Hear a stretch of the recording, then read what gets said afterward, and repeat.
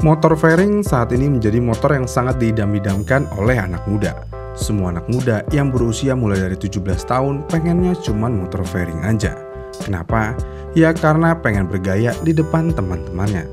Dan menurut pandangan anak-anak usia segitu, motor fairing adalah motor terkeren di muka bumi ini. Nggak peduli cc, nggak peduli fungsi, dan nggak peduli apapun. Yang penting tampilannya keren. Dengan permintaan yang begitu besar, akhirnya produsen selalu memanjakan konsumen dengan membuat motor fairing dengan cc kecil dan harga yang terjangkau. Dalam segmen ini, hampir semua produsen mengeluarkan motor fairing cc kecilnya. Honda ada CBR 150, Suzuki ada GSX 150, dan Yamaha ada Yamaha R15. Mungkin dari ketiga produsen tersebut, Yamaha bisa dibilang produsen pertama yang membuat motor fairing 4 tak dengan cc kecil dan harga yang terjangkau. Kemudian diikuti Honda, dan yang terakhir seperti biasa Suzuki. Kemudian dalam peluncuran awal Yamaha R15, motor ini sangat disambut oleh kebanyakan masyarakat Indonesia kala itu, termasuk saya. Kenapa?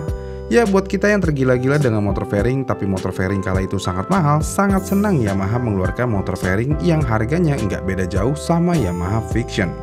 Dengan demikian, Yamaha R15 Gen 2 cukup sukses besar. Kok Gen 2 ya? Ya, buat yang belum tahu, Yamaha memasukkan Yamaha R15 di Indonesia langsung ke Gen 2-nya, karena Gen 1-nya hanya ada di India. Bentuknya kayak gini nih, masih fiction banget. Dan fun fact-nya, motor inilah yang menjadi acuan modifikasi fiction fairing. Makanya kalau dulu di era itu, fiction fairing itu banyak banget bisa ditemuin di jalan. Dan toko yang menjual fairingnya pun berjejer. Jadi gampang aja dan PNP banget buat fiction mau dijadiin fairing. Karena hal tersebut juga lah yang membuat Yamaha R15 laku banget di Indonesia. Karena hati sudah menggebu-gebu pengen motor fairing yang terjangkau. Kemudian setelah sukses dengan Gen 2-nya, Yamaha meneruskan penjualan Yamaha R15 dengan memberikan penyegaran yang lebih mantap dengan mengeluarkan Gen 3 pada tahun 2017. Nah, untuk R15 Gen 3 atau V3 ini adalah Yamaha R15 dengan desain terbaik sih. Dengan air scoop bohongan, lampu depan sipit, shock upside down, monoshock dan swing arm yang cukup besar, siapa yang tidak tergila-gila lihat desain motor ini.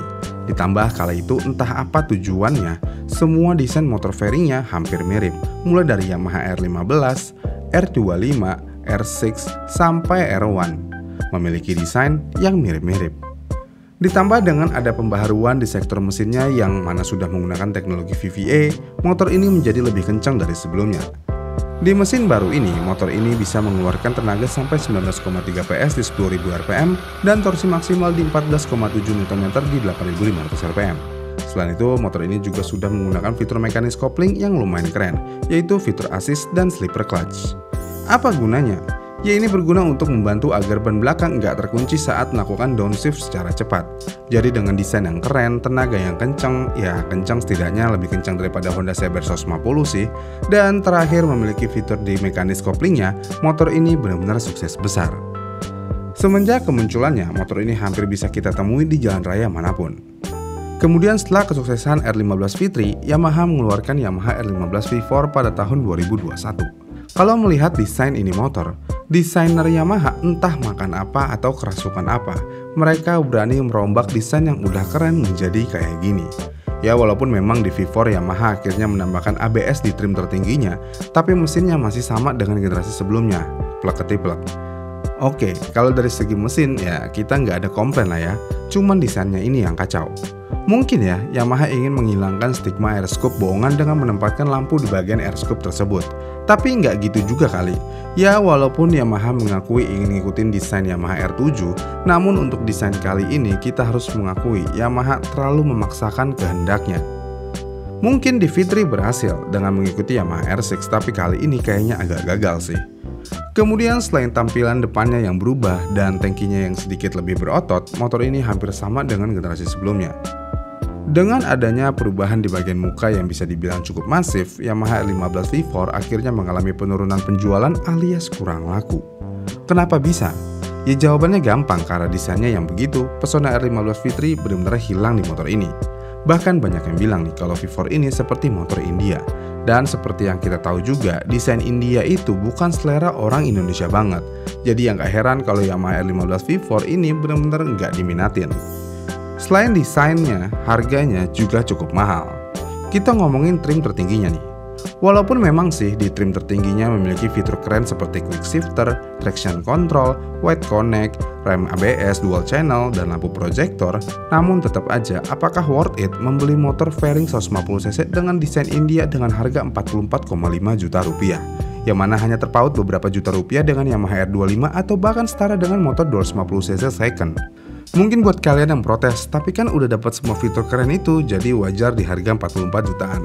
Bentar, trim standar tanpa ada fitur-fitur tersebut dijual di harga 39,8 juta alias 40 juta kurang 200 ribu. Nggak kebayang sih, beli motor 150cc dengan desain India di harga 40 jutaan. Apakah layak? Sepertinya tidak. Kok gitu?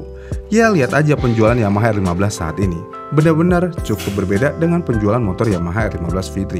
Tapi ada bagusnya juga sih Yamaha R15 V4 kurang laku. Kenapa? Ya karena hal ini tentu aja membuat Yamaha R15 V3 akan memiliki harga yang cukup stabil karena mau bagaimanapun pasar pengennya motor Yamaha R15 V3. Dengan permintaan yang banyak dengan motor ini, makanya nggak heran motor R15 V3 harganya stabil pakai banget. Jadi buat kalian yang punya Yamaha R15 V3, simpen aja dulu karena kalau Yamaha gagal mengeluarkan desain yang menarik lagi di V5, kemungkinan Yamaha R15 V3 akan menjadi Yamaha R15 terbaik selama beberapa tahun ke depan. Kemudian yang terakhir, kenapa Yamaha R15 V4 kurang laku yaitu karena pasarnya sendiri. Jadi walaupun terkadang motor fairing ini menjadi idaman, namun untuk sebagian usernya sudah kembali ke motor matic lagi. Kenapa bisa? Ya karena hype motor fairing di Indonesia sendiri sebenarnya bisa dibilang sudah lumayan turun.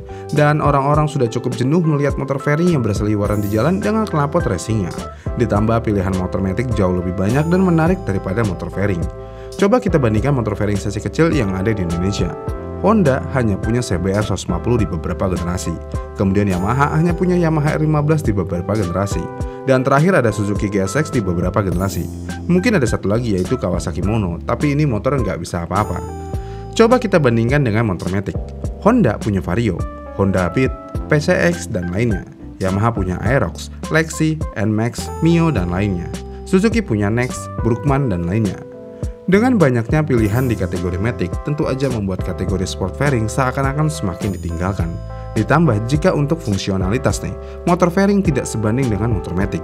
Jadi deh, udah desainnya kurang bagus, pasarnya yang semakin mengecil, Yamaha R15 V4 penjualannya kembang kempis. Atau bisa dibilang kempis terus, nggak ngembang-ngembang. Ini mah sampai video ini beres juga nggak akan balik modal, A. Kalau jualan itu harus ada untungnya. Bagaimana nih menurut kalian? Apakah ada alasan lain? Komen di kolom komentar di bawah ya. Dan jika kalian suka dengan video ini, kalian bisa like dan subscribe channel ini. Dan sampai jumpa di video selanjutnya.